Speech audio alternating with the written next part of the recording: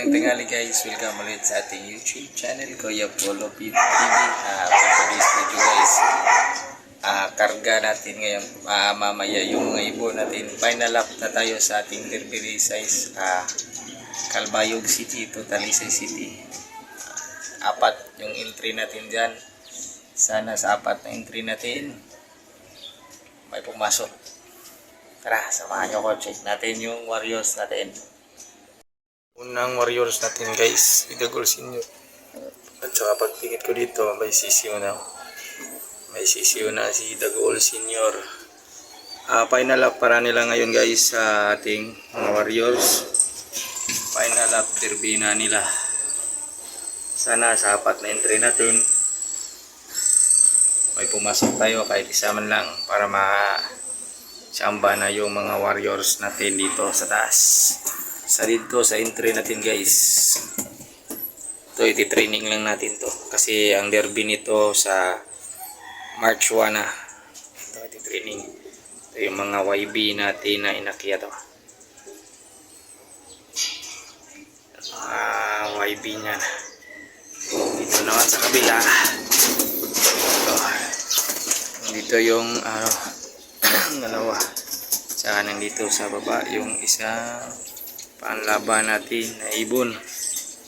Ang ititira ko pala ngayon na gamot guys, ito lang ang gamit ko, Bullflex.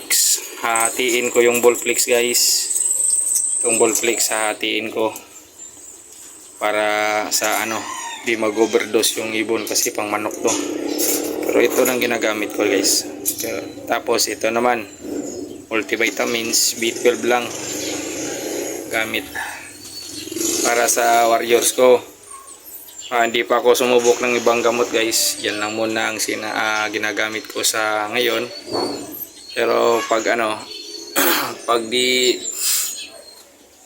yung mga ibon natin dyan, magpapalit na tayo ng bagong gamot para sa mga vitamins ng ating mga Warriors.